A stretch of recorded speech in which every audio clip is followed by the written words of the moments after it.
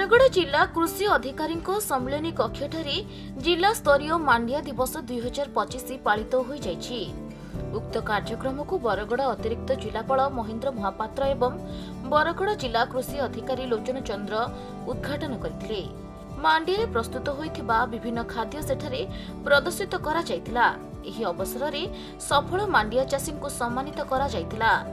मांडिया चाष को सरकार प्रोत्साहन देउथिबा बेले चाषी को मांडिया चाष पई सचेतन करा जायतिला।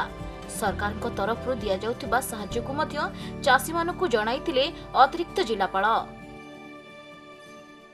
देखो यहाँ गोटे बर्तमान सरकार बड़ प्रयास जो आम जो मांडिया आज 5000 वर्ष आगु ये चाष होता किंतु आम भूली जाइए आम थाली अलग हो को देखाई माने समय परिवर्तन पर आम जापारे वैज्ञानिक माने जो देखिले आमर मांडिया बा आमर पुष्टिशस्य उपर बहुत गुड़ाए आमर जमी आमको माने शरीर पर जहाँ दरकार जमी आयरन कैल्शियम पोटास तापर आमर अन्य जहाँ माइक्रोन्यूट्रिएंट दरकार आमर जो मिनरल दरकार से सब आमर ये पुष्टिशस्य भरपूर होती आम पुनर्जीवित करने गोटे सरकार गोटे प्रयास चलती 2017 मसीह ये कार्यक्रम चलती।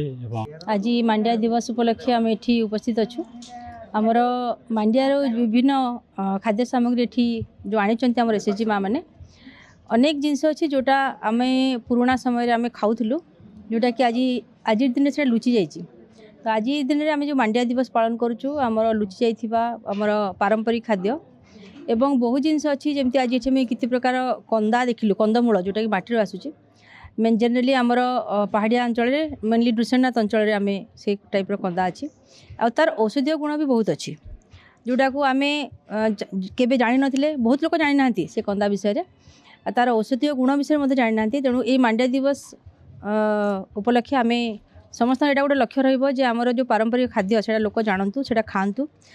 आज 4 तारीख 11 मार्च 2025 मांडिया दिवस के आसी मोर मन बहुत उत्साहित अच्छे मुई मांडिया चाष कर 2 एकड़ आ कुदो चाष भी करुचे आ गुर्जी भी करसी आमर मांडिया रे बिना सार रे मांडिया चाष हो पारुछे तापरे बिना सार रे कुदो चाष हो पारुछे बिना सार रे आमर गुर्जी भी हो पारुछे सुहा हो पारुछे बाजरा हो पारुछे।